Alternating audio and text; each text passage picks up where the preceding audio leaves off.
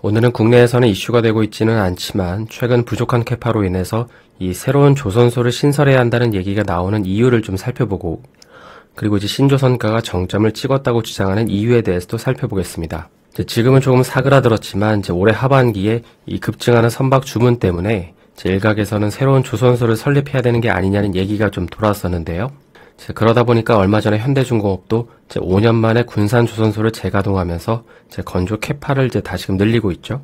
뿐만 아니라 중국의 룡성 조선소, 그리고 STX 대련도 다시금 시장에 복귀하면서 한국뿐만 아니라 중국의 조선소들의 캐파도 커지고 있습니다. 그런데 현재 시장에서는 이 앞으로의 조선소가 더 늘어날 것으로 보고 있지는 않은데요. 그 이유는 크게 두 가지 때문입니다. 먼저 첫 번째는 이 현재 조선소들이 발주하는 선종을 보면 주로 대형 컨테이너선과 가스 운반선이기 때문입니다. 컨테이너선은 그렇다 치더라도 가스 운반선 같은 경우에는 건조 난이도가 굉장히 높기 때문에 이러한 기술력 없이는 이 새로운 조선소를 만들어도 의미가 없다는 거죠. 특히 지난 2007년에서 2008년 그러니까 조선업 빅사이클 때에는 벌크선이 호황을 주도했는데 벌크선 같은 경우 이 건조 방식이 굉장히 간단하기 때문에 투기적인 목적으로 조선사를 설립해서 진입한 업체들도 많았지만 현재 발주되는 선종들은 그런 관점으로 진입하기에는 난이도가 매우 높다는 것입니다. 그래서 기존 조선사들이 캐파를 더 늘리지 않는 이상 조선사들의 건조 캐파는 더 커지기가 어렵다는 건데요. 현재 이탈리아 선박 중개 업체 중에 하나인 이 반체로 코스타가 보기에는 삼성중공업, 또 현대중공업, 대우조선해양, 이마바리 조선소, 상하이의 와이카오 차오, 또 양지장 조선소 외에는 캐파를 늘리기가 어렵다고 보고 있습니다. 두 번째로 조선소가 더 늘어나기 어려운 이유는 현재 많이 발주된 이 컨테이너선이 거품이 있다고 보고 있기 때문인데요. LNG 선박 같은 경우 구조적으로 볼 때 뚜렷한 이유가 있지만 컨테이너선 시장은 당장 내년부터 그러니까 대거 선박들이 인도가 되더라도 그 이후에 그만큼 또 발주가 나오기에는 어렵다고 보는 것이죠. 따라서 이 두 가지 이유 때문에 조선사들의 캐파는 더 늘어나긴 어렵지만 한 가지 방법이 있다면 그건 바로 중국을 좀 포커싱을 하는 건데요. 그건 바로 기존 시설의 기능을 확장하는 것입니다. 왜냐하면 중국은 아직까지 상대적으로 인건비가 저렴하기 때문입니다.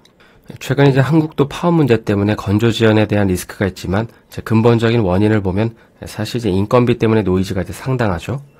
그래서 현재 전 세계적으로 이 선박 건조 능력을 보면 모든 선종을 다 합쳐서 2,700척 정도가 되는데 앞으로 2050년까지 IMO 규제를 지키기 위해서는 매년 3,500척 이상의 선박이 건조되거나 수리돼야 한다고 전망하고 있는 만큼 만약 중국이 이 부면에서 문제를 해결할 수 있다면 국내 조선사들에게는 꽤나 고민거리가 될 수 있는 부분이라고 보시면 될 것 같습니다. 다음으로 생각해 볼 점은 신조선가가 정점을 찍고 하락할 거라는 내용인데요. 국내 조선사들에게는 별로 좋은 내용은 아니지만 이런 주장을 하는 이유에 대해서 한번 살펴보겠습니다.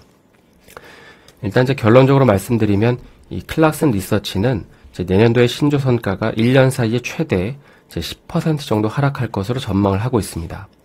지금이 162 정도 되니까는 여기서 10%가 하락하면 한 146까지 하락을 한다고 보는 건데요.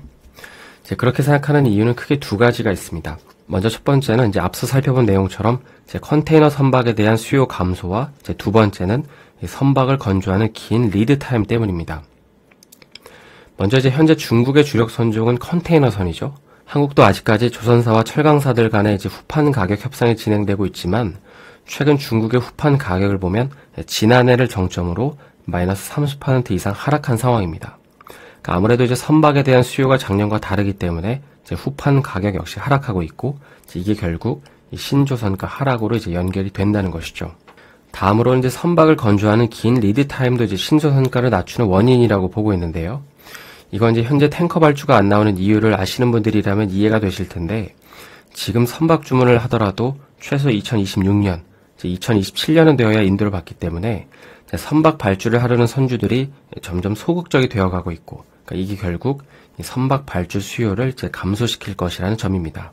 물론 내년도에는 국내 조선사들의 인도량이 수량보다 더 많기 때문에 도크가 일부 여유가 있는 게 아니냐고 이렇게 반문할 수 있지만 아시다시피 현재 국내 조선사들의 이 주력 선종 중에 하나는 컨테이너선이잖아요.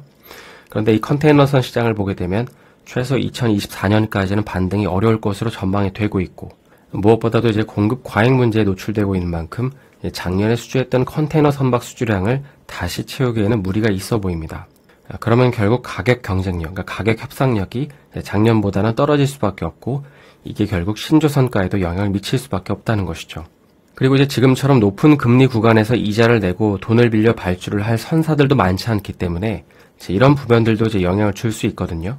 물론 이제 올해처럼 예측 불가능한 이벤트가 발생하면 이제 또 모르겠지만 일단 이제 현 시점에서 조선사에 투자하고 계시는 분들은 이런 점들을 중심에 놓고 보시면 될 것 같습니다.